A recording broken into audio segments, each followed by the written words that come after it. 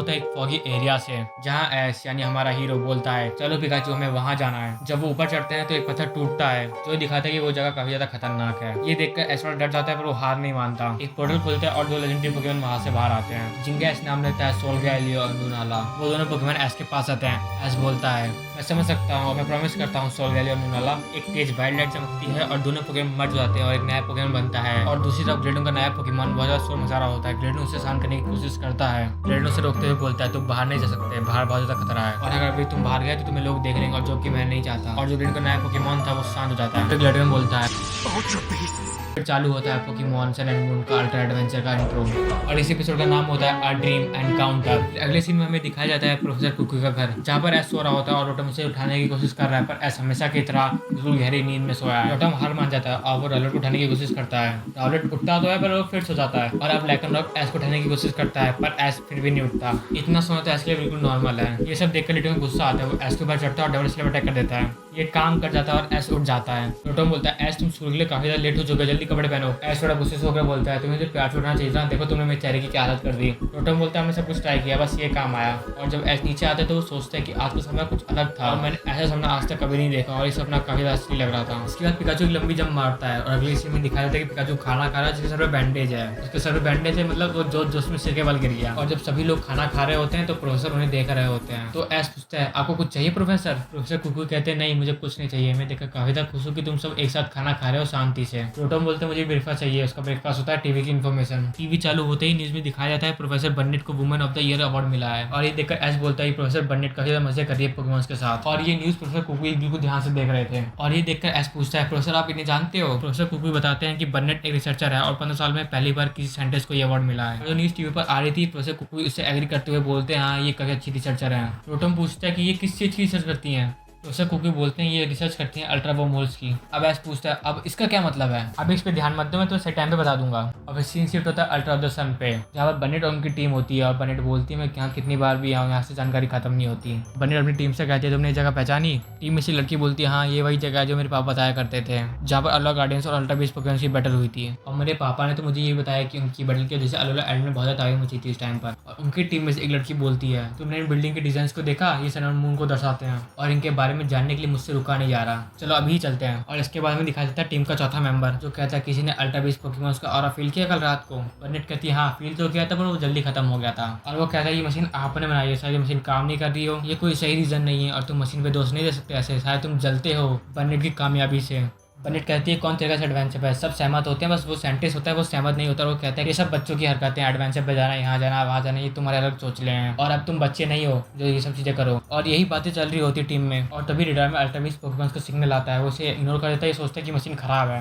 और अब scene shift होता है एस की तरफ जो स्कूल के लेट हो चुका होता है और वो भागते स्कूल की तरफ जा रहा होता है। तभी पिकाचू को टापू को दिखता है। अब वो स्कूल न जाते हुए टापू कोको के पीछे जाते हैं जंगल में, इसकी वजह से रोटम को भी इनके पीछे जाना पड़ता है। एस पिकाचू के भागते हुए आता है, वो कहता है पिकाचू क्या हुआ, रुके क्यों हो? रोटम कहता है एस वहाँ पर देखो। एस देखते हैं कि वहाँ पर टापू कोको खड़ा है और वो पास जाने पे देखते हैं कि घास में वही पोकेमॉन पड़ा है जो एस के सपने में था, जो पोकेमॉन हमें दिखाया नहीं गया था। जब एस इस पोकेमॉन को देखता है तो एस को याद आता है कि उसने वादा किया था इस पोकेमॉन का ख्याल रखने का। रोटम बोलते हैं ये सब बेकार की बातें हैं, सपने असली थोड़ी होते हैं। एस कहता है मुझे इस पोकेमॉन के बारे में जानना है। रोटम कहता है अगर तुम्हें इस पोकेमॉन का डाटा चाहिए तो मुझ पर छोड़ दो। रोटम इस पोकेमॉन का डाटा चेक करता है पर उसका कोई डाटा नहीं मिलता। फिर हमें स्कूल का सीन दिखाया जाता है जहाँ पर प्रोफेसर सभी को गुड मॉर्निंग कह रहे होते हैं और उन्हें क्लास में एस नहीं दिखता तो वो बच्चों से पूछते हैं एस कहाँ पर है, वो तो जल्दी निकल गया था। फिर सब अलग अलग तुक्का मारते हैं कि एस पोकेमॉन पकड़ने लग गया होगा और ऐसी बात चल रही होती है कि एस कहाँ पर है, शायद वो पोकेमॉन पकड़ने लग गया होगा या वो कहीं खो गया होगा। और क्या वे कहता है कि ऐसा तो ये तो होता रहता है। और तभी लाना कहती शायद उसे ग्रोडो निकल गया होगा और फिर सब उसकी तरफ देखते हुए ऐसे कहते हैं ऐसा नहीं होता। फिर लाना बोलती मैं तो मजाक कर रही थी। एस भागते हुए आता और बोलता है मुझे एक नया पोकेमॉन मिला है जो मैंने आज के अपने सुबह सपने में देखा था।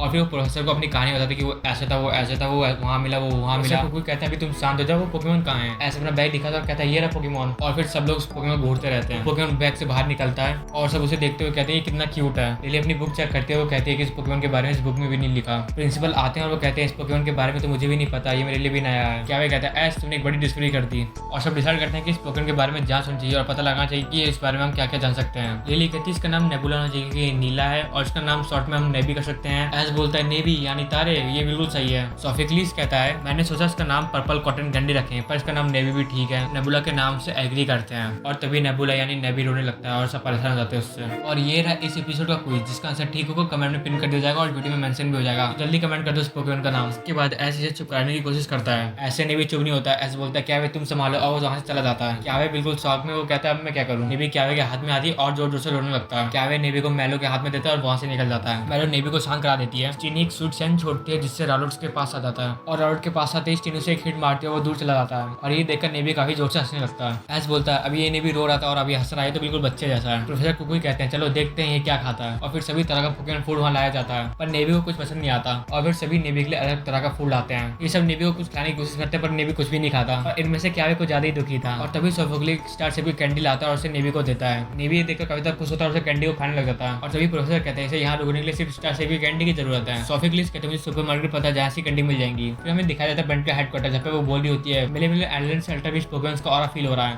तो चलो मिले मिले आइलैंड पे हम वहाँ काफी दिनों से नहीं गए। तो ये जो लड़की पीछे बैठी है वो कहती है टेस्टी एडवेंचर पे चलते हैं और उनकी टीम में सभी साइंटिस्ट कहते हैं सब बचका नहीं कहते हैं तुम अभी भी बच्चे हो। फिर हमें दिखाया जाता है लिली को जिसने सोफोक्लिस को घर छोड़ा है और वो भी अपनी कार से एस भी उस कार के अंदर बैठा है और एस थैंक्स कहते हैं सोफोक्लिस को उसका रास्ता बताने के लिए। अब लिली एस को घर छोड़ने जाती है वो रास्ते में देखती है कि हेलीकॉप्टर उसके घर के बाहर खड़ा है। प्रोफेसर कुकुई घर के बाहर खड़े होते हैं वो एस से कहते हैं एस तुमसे और नेबी से कोई मिलने आया है और लिली वो तुम्हारे बारे में पूछ रहे थे। लिली बोलती है मेरे बारे में पर क्यों। प्रोफेसर कहते हैं वो अंदर ही बैठे तुम उनसे मिल लो तुम्हें पता चल जाएगा और वो सब अंदर जाते हैं। लिली देखती है वो कहती है मॉम आप यहाँ। ऐसे सुनते ही शौक होता है उसका रिएक्शन देखने लायक है। एस कहता है ये इसकी मॉम है और लिली की मॉम से बेबी बेबी करते उसके पास आ रही होती है। लिली वहां से हट जाती है और कहती है मॉम अब मैं छोटी बच्ची नहीं हूँ और आप मुझे सभी लोगों के बीच में शर्मिंदा कर रही हो। उसकी मॉम बोल रही होती है कि तुम कितनी बड़ी हो जाए तुम मेरे लिए छोटी बच्ची ही रहोगी। तो उनका ध्यान पोकेमॉन पे जाता है जो लिली ने पकड़ा हो तो वो समझ जाती है कि लिली अब पोकेमॉन से डरती नहीं है। देखकर वो काफी ज्यादा खुश हो जाती है और लिली को गले लगा लेती है। लिली उन्हें हटाते हुए कहती है आपको मेरी फीलिंग की कोई परवाह नहीं है आप सिर्फ अपनी फीलिंग्स को प्रायोरिटी देती हो। जैसे क्लिफेरी के केस में हुआ था आपने उसे क्लिफेबल बना दिया बिना मेरी परवाह करे आपने मेरे से पूछा तक नहीं। उसकी मॉम कहती है ये तो मेरी गलती हो सकती है पर उसे ट्रेन कर रही थी वो तो अपने आप इवॉल्व हो गई। क्लिफेबल भी बहुत प्यारी होती है और आपने मेरे से पूछा तक नहीं। उसकी मॉम कहती है इसमें कोई लॉजिक नहीं है। लिली कहती है क्लिफेरी मेरी थी आपको मुझसे पूछना तो चाहिए था। प्रोफेसर और एस वहीं पे खड़े होते हैं उनकी लड़ाई देख रहे होते हैं और तभी एस बोलते हैं लिली काफी ज्यादा एनर्जेटिक हो जाती है अपनी मॉम के सामने। रोटम कहते हैं इन दोनों के बाल देखो सेम है बिल्कुल। बनेट कहती है दोनों लड़ रहे बिना कोई सेंस के। फिर रोटम बनेट के पास जाता है और बोलता है हेलो प्रोफेसर बनेट।